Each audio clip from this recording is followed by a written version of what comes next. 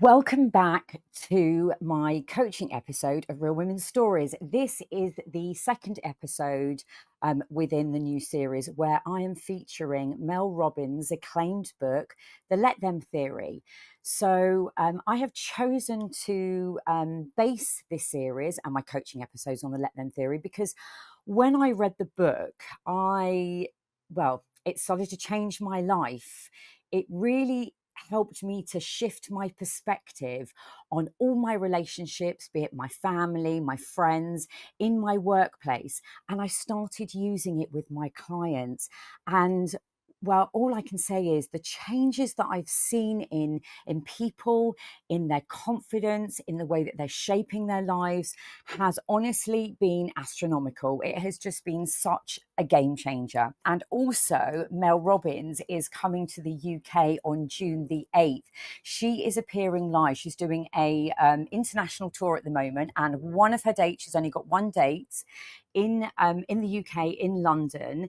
And I'm also running a competition, which I'll tell you a little bit about after you've listened to this coaching episode. In my first coaching episode, I explain all about the theory and I read some extracts from the book, which explains in Mel's words how the theory works, what it is, and that it's in two parts. So if you haven't yet listened to the first episode, my coaching episode, I would encourage you to go back and listen to it and then start listening to this episode, because it should create a much better bird's eye view and picture of what the Let Them theory is about. You know, sometimes we hold on to trauma.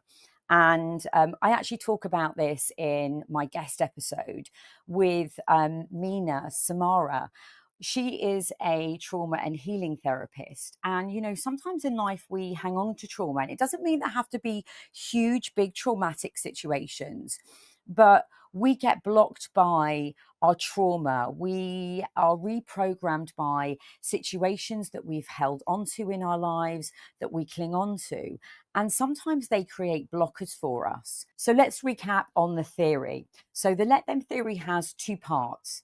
It's let them, which is letting go of the need to control others or situations which can cause us some kind of distress or frustration or anxiety. And then the second part is let me. So it's turning inwardly and focusing on how you think and feel and how you react and behave to either a person or a situation that you might be in. So it's let them and let me.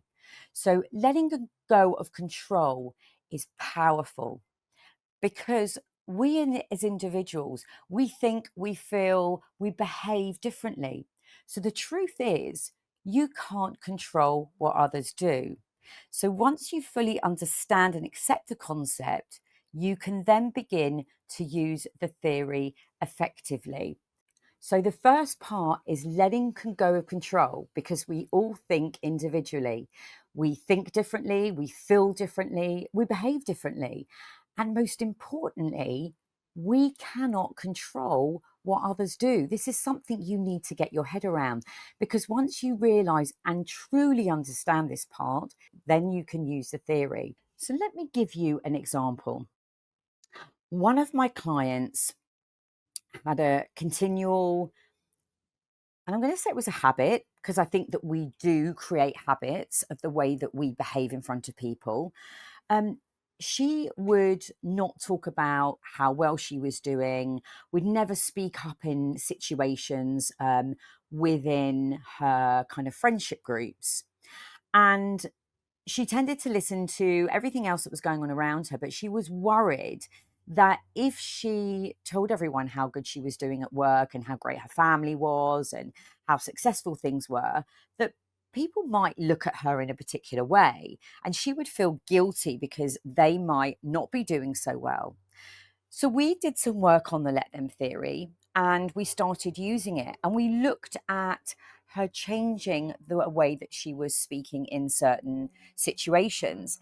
She started to tell her friends and her family about all the projects that she was working on at work and the fact that her kids were doing well at school.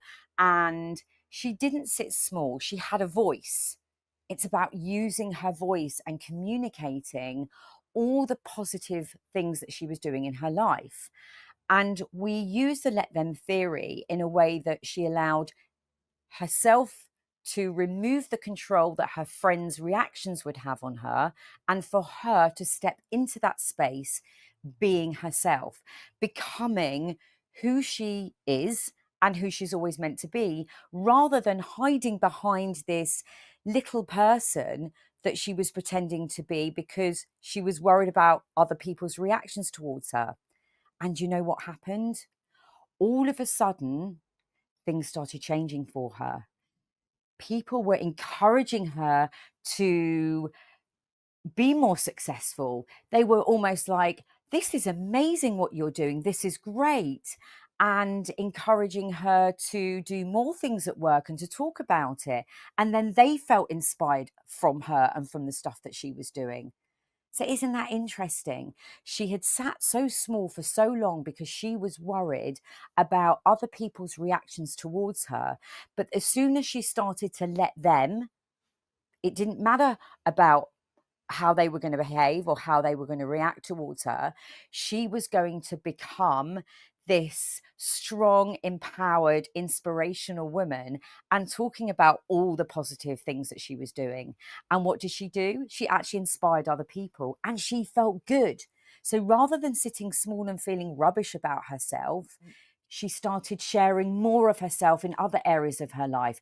So her confidence grew, her friendships deepened, and most importantly, she felt like she was free. Like she just felt this huge release had been lifted from her shoulders.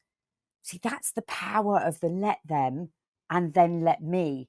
So she let them react or behave however they wanted to towards her. And then she allowed me, I allowed myself to be this confident, successful person who was sharing her stories and who she was speaking out for herself. So now we're clear about the let them part, and I've discussed the let me part. But this is where it gets juicy, and this is where the real work starts. It starts with you. So think about a situation where, like I've said, have you sat small? Have you behaved in a way that wasn't really true to who you are? And because you haven't behaved in that way, you've been stuck in this awkward relationship and you just haven't felt like you could be this person or have this voice. Because if you think about it, who is the one person you can control? Who is the one person who can make a choice to look at a situation differently and to think differently, which then leads to feeling differently? And who is the one who can control how they will behave and what action they will take next and what they will do? You. That's correct. It all starts with you.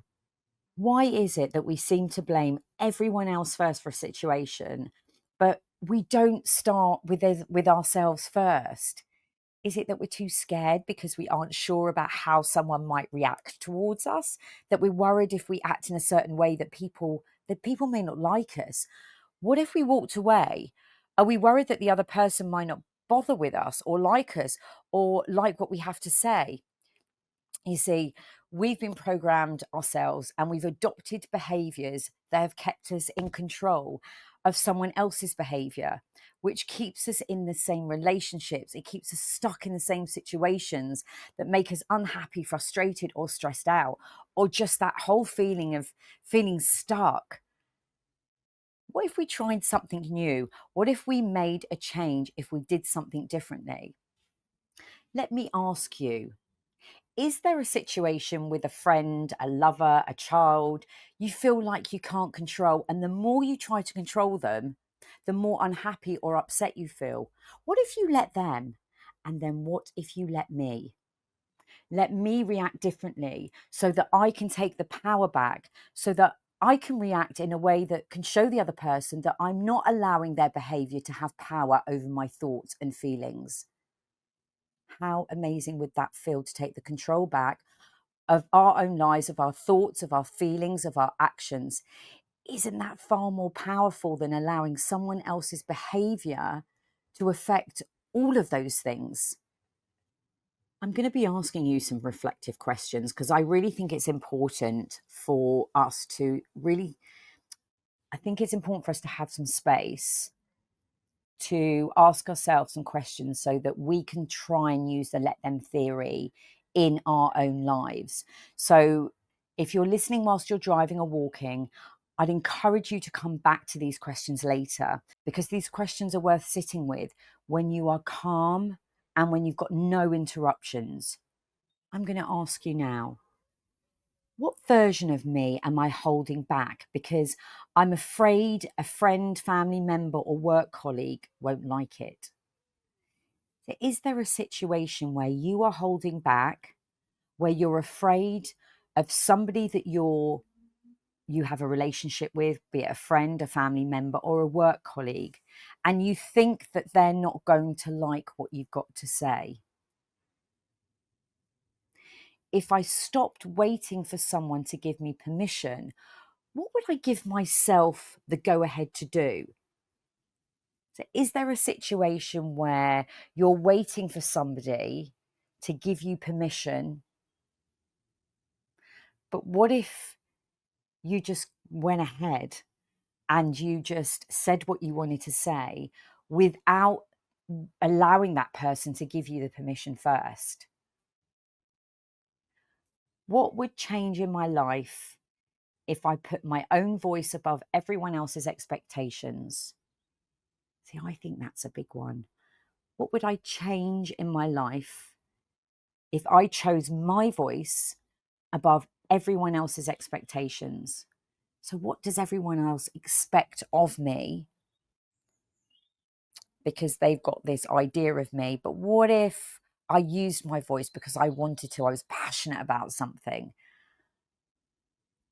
What would change in my life? What would change in your life? These questions are really important to take some time to sit with them. You may not get the answer straight away. You may really have to dig deep to think about it, because remember, we're programmed in a particular way to behave a particular way because we've constantly allowed people's opinions to have control over the way that we behave. Now, they're not trying to control you, but you are giving them the control by allowing yourself not to speak up, not to behave in a particular way, not to have a voice or an opinion in a certain situation. What if you just let that go? Let them behave the way they want to, let them react the way they want to, but allow yourself, take that control back and allow yourself to behave and to speak and say what you want. Because big changes could happen. And I have seen it. I've seen it with myself. I've seen it with my clients. So use these prompts to dig deeper and identify areas where the let them and let me could change everything. I'd like to finish off today's episode with a paragraph from Mel's book. And this really relates to the topic that we're talking about today, about, allowing people to think and feel and react towards you the way that they are going to. But we can still be ourselves. We should still have a voice. We should still be able to say things that we want to say and not worry about somebody else's opinion of us. I will caveat that with something, and we don't want to hurt other people. We don't want to upset other people in terms of being cruel and unkind, but we should be allowed to have our own opinions and our thoughts and our feelings about a situation. And we shouldn't have to play small at all. We should embrace who we are and be proud of who we are. So this chapter that I'm going to read from Mel's book is chapter 5 from her book, The Let Them Theory. Let them think bad thoughts about you. Poet Mary Oliver asked this question in her poem, The Summer Day. Tell me, what is it you plan to do with your one wild and precious life? I don't know what your answer to Mary Oliver's question is, but I do know this, Mel writes.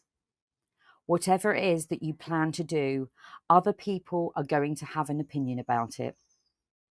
In the next few chapters, you'll learn how to use the let them theory to stop allowing other people's opinions to hold you back from pursuing what you want and limiting the potential of your one wild and precious life. You have no idea how big of a problem this is. Neither did I, Mel wrote.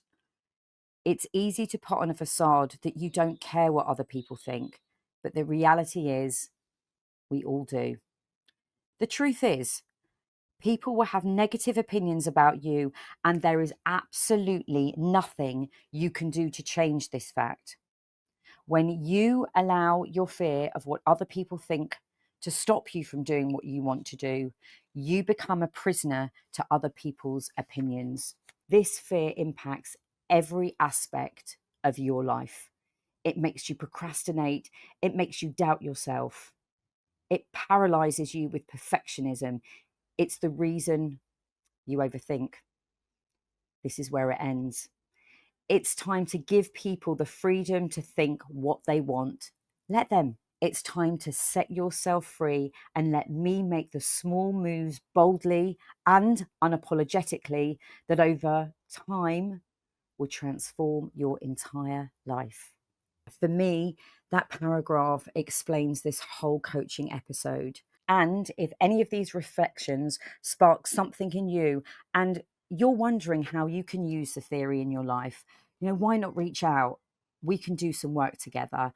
I've been working on the theory with my clients, and big changes are occurring, and I'm using it in my life. And if you're curious about coaching, and you haven't even taken that step yet forward, and you haven't embarked on a coaching journey, I have got a competition for you, which is completely free. It's simple, and it could lead to a complete day of coaching that could genuinely change your life.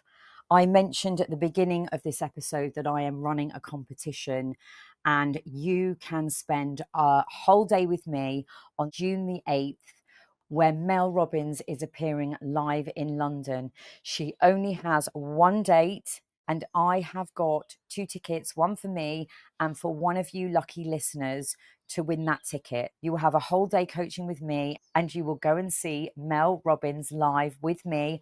I have a VIP meet and greet ticket to give to one lucky listener. All you need to do, visit my website. It's realwoman.coach. That's realwoman.coach. And you will just have to fill out your details on that screen, and you will be entered into the competition. The competition is running now between May the 1st and June the 1st. It closes at midnight on June the 1st, and I will announce the lucky winner on June the 2nd. So, if you're interested and intrigued about using the let them theory, if you would like to work with me, then enter the competition, because honestly, it is going to be a complete change in your perspective. You'll get to understand what coaching's about. You'll get to work with me, and you'll get to meet and see Mel Robbins live in London. And if you would like to work with me, you can email me. My email address, it's different this time round because we're doing our coaching episode. So you can email me. It's lisa@realwoman.coach. lisa@realwoman.coach if you are interested in finding out more about what coaching is, how we can work together, enter the competition, and also drop me an email. You've got absolutely nothing to lose, and you've got everything to gain. I hope you have enjoyed this episode. I would encourage you to enter the competition. I would encourage you to get Mel Robbins's book. And I'm going to leave you with my final thoughts. Let them say what they say. Let them think what they think. You've got one wild and precious life. Let you be the one who decides what comes next. Sisters,